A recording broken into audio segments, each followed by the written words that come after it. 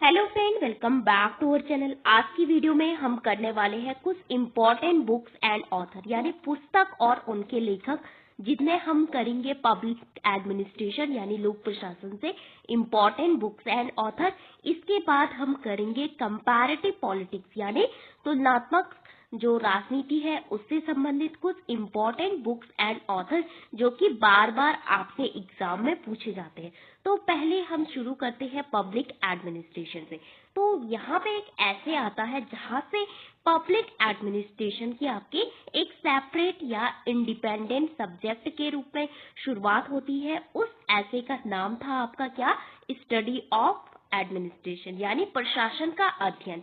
किसने लिखा? Woodrow Wilson ने लिखा, जिनको लोक प्रशासन का जनक भी आपका कहा जाता है।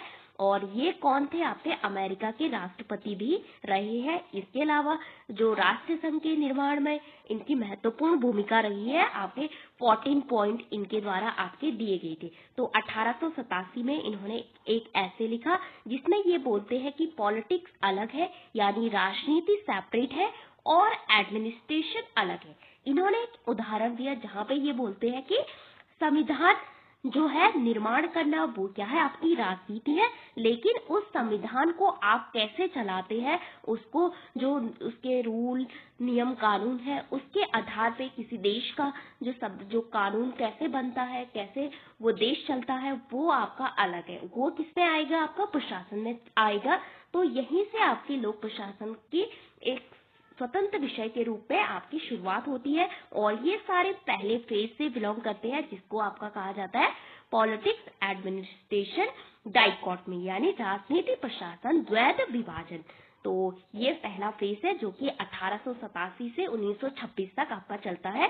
उसमें मेनली आपके 3 थिंकर आते हैं, जिसमें हो गया आपके वुड्रो विल्सन, दूसरे हो गए फ्रैंक जे गुडनाउ, जिनको कि अमेरिकन लोक प्रशासन के जनक भी कहे जाते हैं। फिर आता है एल.डी. वाइट, जिनके द्वारा एक इम्पोर्टेंट पुस्तक लिखी गई जो कि पब्लिक एडमिनिस्ट्रेशन पर लिखी गई आपकी पहली पाठ्य पुस्तक भी कहा जाता है। तो ये 3 आपके काफी इम्पोर्टेंट है। तो वुड्रो विल्सन की बुक हो गई आपकी प्रशासन का अध्ययन यानी स्टडी ऑफ एडमिनिस्ट्रेशन। दूसरा आता है पॉलिटिक्स ऑफ एडमिनिस्ट्रेशन, और ये भी फ्रैंक जे गुडनाउ की बुक है, काफी इम्पोर्टेंट है, 1900 में उन्होंने लिखी है और ये बार बार आपकी पूछी जाती है। फिर लोक प्रशासन पर लिखी गई पहली पाठ्य पुस्तक कौन सी है? Introduction to the study of public administration, जो कि एल.डी. वाइट ने लिखी थी। तो ये 3 थिंकर है जो कि पहले स्टेज से आपके बिलोंग करते हैं। दूसरा आता है जब दूसरा स्टेज शुरू होता है, वहां पे आपके क्या दिए जाते हैं? सिद्धांत यानी प्रिंसिपल दिए जाते हैं। तो यहाँ पे कौन से थिंकर इम्पोर्टेंट है?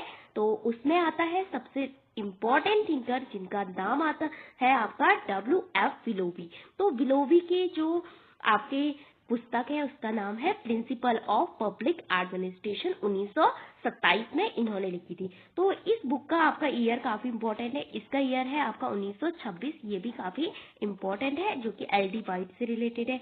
इसके अलावा मूने एंड रीले का एक फेमस कॉन्सेप्ट आता है जिसका नाम है स्केलर चेन यानी क्रमिक प्रक्रिया, जो कि हर बार आपका एग्जाम में पूछा जाता है। वो किस बुक में दिया था?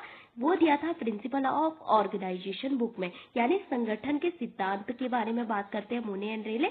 और इनकी 2 इम्पोर्टेंट बुक है, एक है ऑनवर्ड इंडस्ट्री जो कि 1931 में आपकी लिखी गई। आपको पता होगा कि सबसे ज्यादा बुक्स एंड ऑथर जो है पब्लिक एडमिनिस्ट्रेशन से आपका पूछा जाता है। फिर है आपका जिसमें लूथर गुलिक एंड उर्विक का नाम आपने जरूर सुना होगा, जो कि पोस्ट कॉर्प इन्होंने एक सिद्धांत दिया था और जहाँ पे वो बात करते हैं प्लानिंग यानी योजना बनाना, फिर संगठन यानी ऑर्गेनाइजेशन, फिर स्टाफिंग, फिर डायरेक्टिंग यानी निर्देश देना, फिर कोऑर्डिनेशन सहयोग की बात करते हैं। इसके अलावा रिपोर्टिंग, फिर लास्ट में बजट। तो वो कॉन्सेप्ट उन्होंने किस बुक में दिया था? तो वो दिया था आपका papers on science of public administration. किसका था? Luther Gulick and Urwick. इसके अलावा लूथर गुलिक और उर्विक आपके उर्विक के 4P आपने सुना होगा कि पर्सन हो गया, प्लेस हो गया, प्रोसेस होगी। तो 4P का कॉन्सेप्ट भी इनका इम्पोर्टेंट है जो कि बार बार आपके एग्जाम में पूछा जाता है। इसके अलावा बात करते हैं study of new public administration और मिन्नो ग्रुप पर्सपेक्टिव, 1931 में एक ऐसी था। ये किसने लिखा? फ्रैंक मैरनी ने लिखा।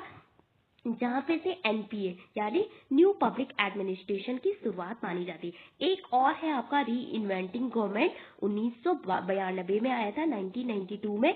ये डेविड ऑस्ट्रम एंड टेड गैब्रियल ने लिखी। ये भी बुक्स काफी इंपॉर्टेंट है, बहुत सारे एग्जाम में पूछी गई है। इसके अलावा public administration, Awasthi and Maheshwari, ये इतनी नहीं पूछी गई है आपकी। फिर है न्यू पब्लिक एडमिनिस्ट्रेशन, 1980 में इसकी शुरुआत। आपने बहुत सारे फेज पढ़े होंगे पब्लिक एडमिनिस्ट्रेशन के, जिसमें पहला phase, second phase, third phase, आपका फोर्थ फेज, फिर एनपीए आता है, एनपीएम आता है, इस तरह से। फिर आता है पॉलिसी एंड एडमिनिस्ट्रेशन, जो कि आपकी किसकी है, पॉल एपलवी। पॉल एपलवी के बारे में आपने बहुत सुना होगा कि 1953 में इंडिया में भी एक पॉल एपलवी की सिफारिश पे एक कमेटी बनती है, जिसको पॉल एपलवी कमेटी भी कहा जाता है। तो यहाँ पे भारत में प्रशासन के बारे में बात करते हैं। इसके अलावा द आर्ट ऑफ एडमिनिस्ट्रेशन, ये किसकी है, आपके ऑर्डवे टीट की है। फिर आता है फिलोसफी ऑफ एडमिनिस्ट्रेशन, ये डिमोंक की है। तो डिमोंक की परिभाषा भी इम्पोर्टेंट है लोक प्रशासन की। इसके अलावा an introduction to public administration, E N Gladden की है। इसके अलावा new public administration, D Waldo की है। इसके अलावा बात करते हैं साइंस ऑफ पब्लिक एडमिनिस्ट्रेशन, ये भी वुडरो विल्सन की इम्पोर्टेंट बुक है। तो ये कुछ इम्पोर्टेंट बुक थी पब्लिक एडमिनिस्ट्रेशन की। इसके अलावा बात करते हैं कुछ और। इसके अलावा जब हम स्टेज की बात करते हैं तो बहुत सारे स्टेज आते हैं, जैसे कि पहला स्टेज जिसको कहा जाता है राजनीति प्रशासन द्वैध विभाजन, यानी पॉलिटिक्स एडमिनिस्ट्रेशन डाइकोटमी, जो कि 1887 से 1926 तक चलता है। तो हर स्टेज में कौन से इंपॉर्टेंट थिंकर है, आपको ऐसे करके इसको पढ़ना है। और जैसे कि पहले फेज में वुडरो विल्सन आते हैं और स्टार्ट करते हैं किसकी, एडमिनिस्ट्रेशन, यानी इसको राजनीति से अलग करते हैं। किसके थ्रू, एक ऐसे लिखते हैं, उसमें बताते हैं वो द स्टडी ऑफ एडमिनिस्ट्रेशन। ये बोलते हैं आपका राजनीति अलग है, प्रशासन अलग है, तो इनको फादर ऑफ पब्लिक एडमिनिस्ट्रेशन भी कहा जाता है। और ये बोलते हैं पॉलिटिक्स यानी राजनीति करना अलग है। राजनीति क्या है, पॉलिसी बनाना, पॉलिसी यानी संविधान बनाना क्या है, एक राजनीति है, लेकिन अप्लाई करना उस संविधान को, उसको इम्प्लीमेंट करना, वो आपका क्या है, एडमिनिस्ट्रेशन। इट इज साइंस, इसको आपको साइंस से उन्होंने इसकी तुलना की है। फिर इनकी इंपॉर्टेंट बुक, जो कि एक ऐसे है, पहला द स्टडी ऑफ एडमिनिस्ट्रेशन। इसके अलावा कांग्रेशनल गवर्नमेंट इनकी इंपॉर्टेंट बुक है। फिर आता है द स्टेट भी इनकी इंपॉर्टेंट बुक है। It is getting harder to run a constitution than it is to frame work, यानी संविधान का निर्माण करना आपका सरल है, लेकिन उसको आपका चलाना काफी कठिन है। फिर दूसरे आते हैं फ्रैंक जे गुडनाउ, जिनको कि आपका father of American public administration भी कहा जाता है, काफी इंपॉर्टेंट है। 1900 में आपके आए, इन्होंने ऐसे लिखा था पॉलिटिक्स एंड एडमिनिस्ट्रेशन। तो ये आपके पहले फेज से ब्लॉक करते हैं। फिर हम पढ़ेंगे एल.डी. वाइट, जिनका कॉन्सेप्ट क्या है आपका, introduction to the study of public administration, ये 1926। तो ये पहली टेक्स्ट बुक भी आपकी मानी जाती है। ये इनकी बुक्स है जो कि लोक प्रशासन पे लिखी गई पहली पुस्तक है। तो स्टेज वाइज अगर आप पढ़ते हैं तो आपको काफी याद अच्छे से हो जाता है कि चेस्टर बर्नार्ड किस में आते हैं, हर्बर्ट साइमन किस में आते हैं, आपके मैरी पार्कर फॉलेट किस कैटेगरी में आपकी आती है, कौन सी स्टेज में आती है। तो हम कल आपके स्टेज वाइज इसको पढ़ेंगे। तो आज हमने केवल पहली स्टेज आपकी कंप्लीट की है। इसके अलावा कुछ और बुक्स एंड ऑथर है, उसके बारे में भी जानते हैं। एक इम्पोर्टेंट यूनिट है आपके पास तुलनात्मक राजनीति में, पॉलिटिकल डेवलपमेंट यानी राजनीति विकास। तो वहां पे आपने पढ़ा होगा लुशियन पाई के बारे में। तो लुशियन पाई के कुछ इम्पोर्टेंट आपके क्राइसिस के बारे में बताते हो, वो संकट के बारे में, जैसे पेनिट्रेशन क्राइसिस, प्रवेश क्राइसिस के बारे में बताते हैं, बहुत सारे क्राइसिस के बारे में बताते हैं। तो वहां पे वो भी आपके एग्जाम में पूछे गए हैं। तो यहाँ पे कुछ इंपॉर्टेंट बुक्स एंड ऑथर है, जैसे कि the first nation, SM. Lipset की ये बुक है। पॉलिटिकल मैन, बहुत इंपॉर्टेंट बुक है, ये बहुत बार आपकी पूछी गई है। सर्कुलेशन ऑफ एलिट, ये आपकी किसकी बुक है, पैरेटो का कॉन्सेप्ट है, बुक नहीं है। जहाँ पे ये किसमें दिया इन्होंने, माइंड एंड सोसाइटी में इन्होंने दिया है। तो ये बोलते हैं कभी सत्ता आपके ए ग्रुप के पास रहती है, कभी बी, इन दोनों में आपकी ट्रांसफर होती रहती है, कभी भी आपकी जनता के पास नहीं रहती है, यानी सर्कुलेट होती है ए टू बी। यानी भारत में बात करें तो बीजेपी से कांग्रेस, कांग्रेस से बीजेपी। और जैसे अमेरिका में बात करें, कभी रिपब्लिकन के पास, कभी डेमोक्रेटिक के पास, तो उसको कहा जाता है सर्कुलेशन ऑफ एलिट। दूसरा आता है कॉन्सेप्ट ऑफ मास माइंड, जो कि मिशेल का है। मिशेल का एक इम्पॉर्टेंट कॉन्सेप्ट भी है आपका कौन, आयरन लॉ ऑफ ओलिगार्की। फिर आता है political culture and political development, ये है लुशियन पाई और आलमंड वर्बा की बुक है, काफी इंपॉर्टेंट है, जहाँ पे ये कल्चर के बारे में बात करते हैं कि किसी भी देश की राजनीति में उसकी कल्चर, उसके जो भी वहाँ पे जो भी चीजें होती है उसकी इम्पोर्टेंट भूमिका होती है। फिर आता है स्टेजेस ऑफ इकोनॉमिक ग्रोथ, ये है W रॉस्टवे की बुक, जहाँ पे वो 5 प्रकार के आपके वो बताते हैं, स्टेज बताते हैं डेवलपमेंट। जैसे कि आपने सुना होगा ट्रेडिशनल अप्रोच के बारे में बात करते हैं, प्री टेक ऑफ, फिर टेक ऑफ के बारे में बात करते हैं, हाई मास कंजप्शन के बारे में बात करते हो, 5 इंपॉर्टेंट स्टेज है उनकी। फिर आता है आपका एस्पेक्ट ऑफ पॉलिटिकल डेवलपमेंट, तो लुशियन पाई की ये बुक बहुत इंपॉर्टेंट है आपकी, एस्पेक्ट ऑफ पॉलिटिकल डेवलपमेंट, हर बार आपकी पूछी गई है। दूसरा आता है political economy and development in India, ये है किसकी, प्रणव वर्धन की। फिर है आपकी क्या, critics of political development under development, ये चिलकॉट की बुक है। और system analysis of political development, ये डेविड ईस्टन की बुक है, ये इस बार के यूजीसी नेट एग्जाम में आपकी पूछी गई थी, काफी इंपॉर्टेंट बुक है ये। तो डेविड ईस्टन की जितनी भी बुक है, जितने भी उनके कॉन्सेप्ट है, वो हमें याद करना काफी इंपॉर्टेंट आपका है। इसके अलावा बात करते हैं कुछ, तो डेविड ईस्टन जो कि काफी इंपॉर्टेंट है हमारे एग्जाम की दृष्टि से, बार बार उनसे प्रश्न पूछा जाता है आपका। तो कहाँ पे इनका जन्म हुआ था, 1917 में कनाडा में हुआ था, और बाद में इन्होंने क्या किया था, आपकी अमेरिका की जो नागरिकता है उसको ले लिया था। एक पॉलिटिकल साइंटिस्ट के तौर पे इनको जाना जाता है, और शिकागो यूनिवर्सिटी में पॉलिटिकल साइंस के आपके प्रोफेसर रहे थे।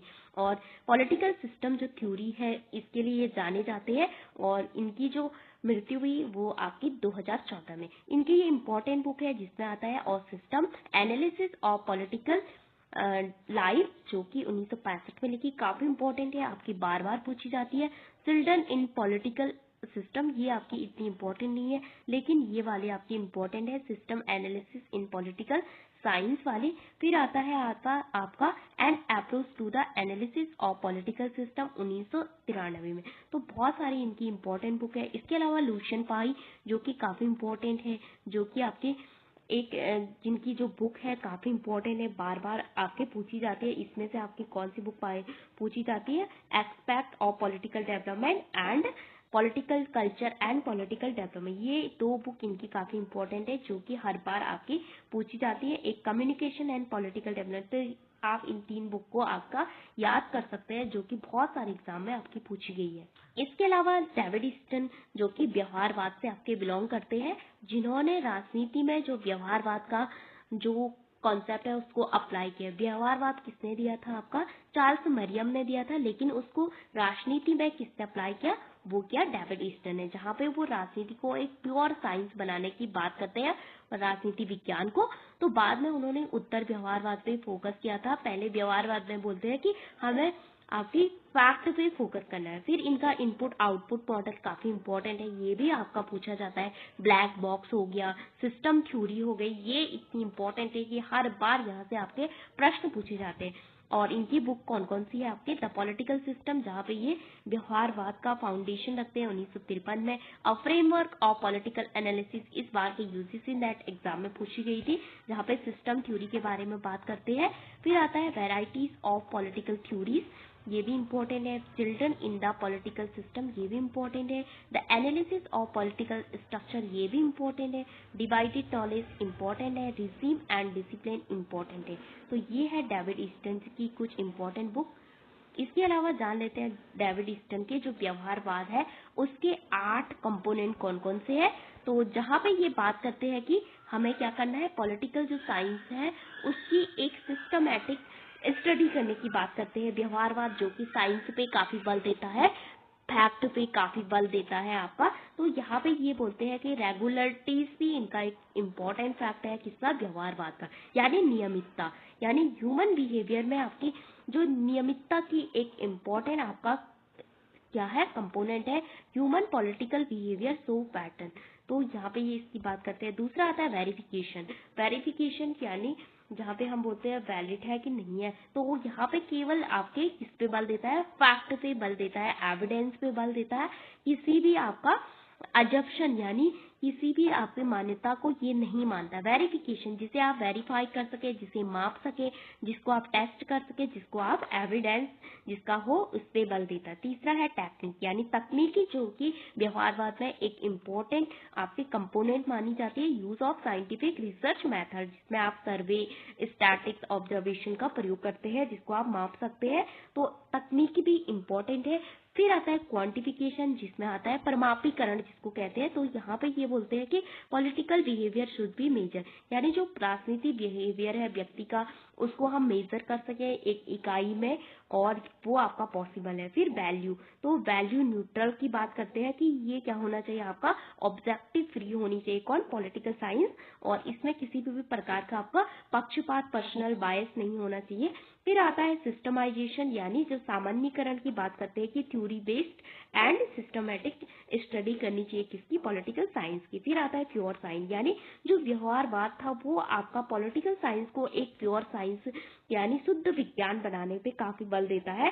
तो बाद में इनको रियलाइज होता है कि हम राजनीति विज्ञान को आपका केवल एक प्योर साइंस नहीं बना सकते, क्योंकि हम अगर मूल्य को इग्नोर करेंगे तो वो आपका ठीक नहीं होगा। तो फिर ये बोलते हैं हमें उत्तर व्यवहारवाद की ओर जाना चाहिए, जहाँ पे आपका व्यवहारवाद में और सुधार किया जा सके और उसमें वैल्यू और फैक्ट दोनों को इंक्लूड। फिर आता है इंटीग्रेशन, जिसमें जो कि इंटीग्रेशन एकीकरण की बात करता है। Political science should link the sociology, psychology और इकोनॉमिक्स से इसको क्या करना चाहिए, लिंक करना चाहिए। इंटरडिसिप्लिनरी यानी एक सब्जेक्ट से दूसरे सब्जेक्ट में जो बोलते हैं कनेक्शन बिल्ड करना। तो ये है व्यवहारवाद के एक कंपोनेंट, हर बार पूछे जाते हैं। इसमें आता है नियमितता, वेरिफिकेशन जिसको आप माप सके। तीसरा आता है तकनीक, क्वांटिफिकेशन, वैल्यू, सिस्टमाइजेशन यानी सामान्यीकरण, प्योर साइंस यानी शुद्ध विज्ञान, इंटीग्रेशन यानी एकीकरण। तो ये थे इनके 8 इंपॉर्टेंट कॉन्सेप्ट किसके, व्यवहारवाद की।